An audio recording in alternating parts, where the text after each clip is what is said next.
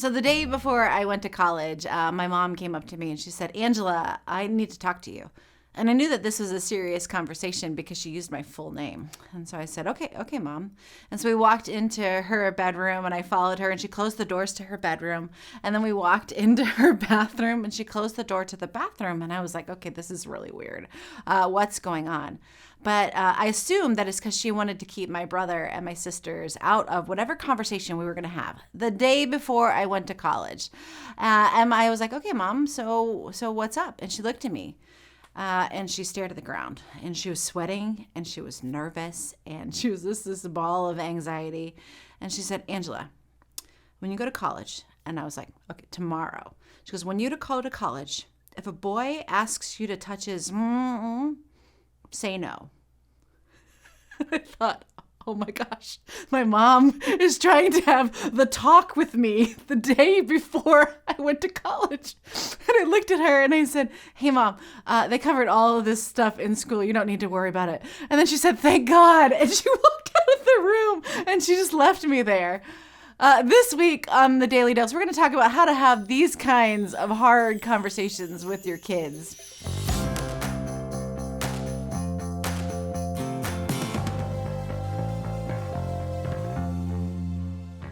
The talk.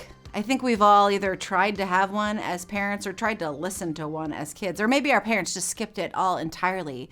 So here's the big question for today. How do we talk about sexuality, love, and dating and sex with our kids? And then how do we do it from a Christian parent perspective, if you call yourself a Christian?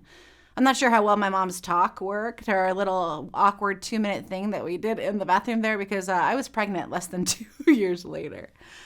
First of all, when you're jumping into having talks with your kids about sex and sexuality, first of all, it's not a talk.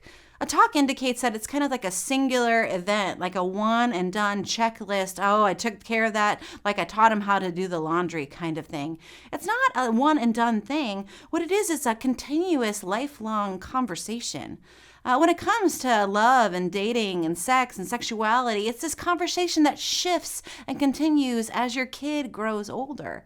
The conversations you have with them when they're 5 about biology and things like that are very different than the conversations you had with them at 15 when they start to make eyes at someone, when they start to kind of have that pitter-patter feeling in their heart.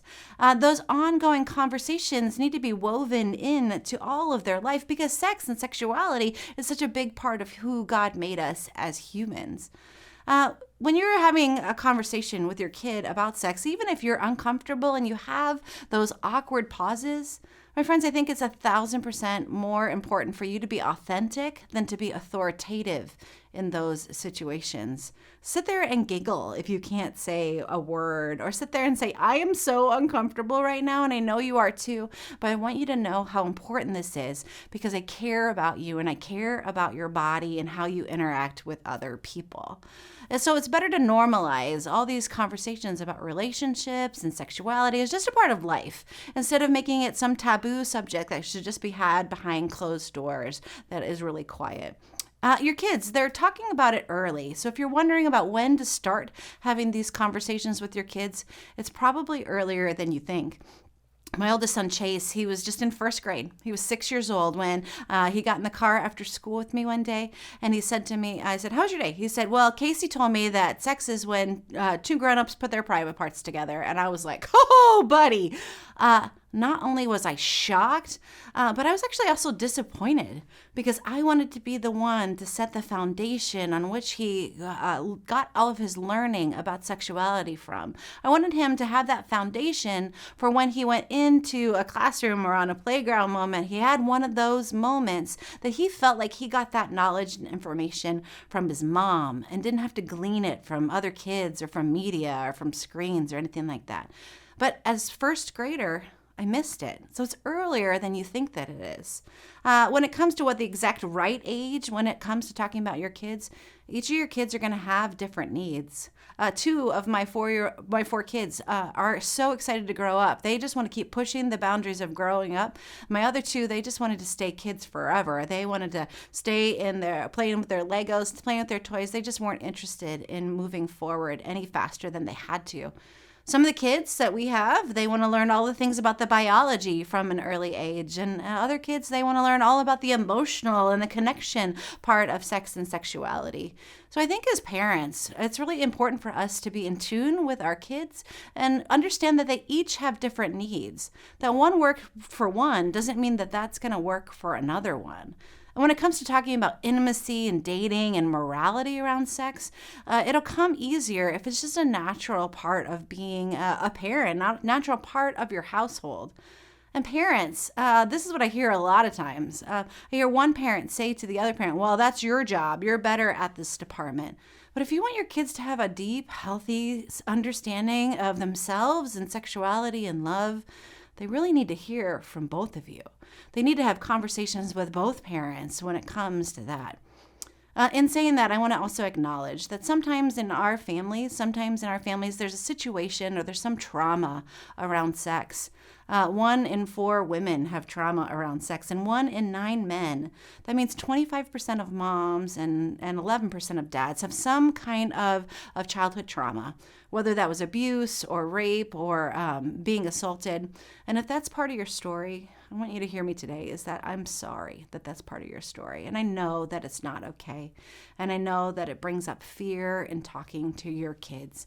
And it might be really hard to have those conversations with your kids.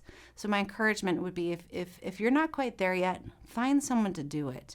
The point is to just not do it. If you're a parent who's in my age demographic, we grew up with this purity culture that was pushed on us. And there was so much mistreatment and shame about our bodies. And a byproduct of purity pledges and purity rings, all the research that was done in the 90s has shown that it just didn't work.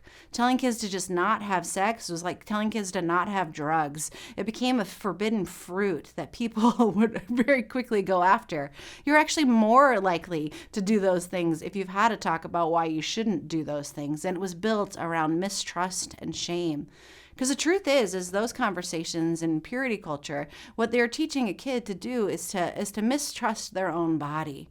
And what we want to tell you and we want to teach our kids is that God designed our bodies beautifully, and God designed love and sex and intimacy in this way that God had intended it to be as a blessing.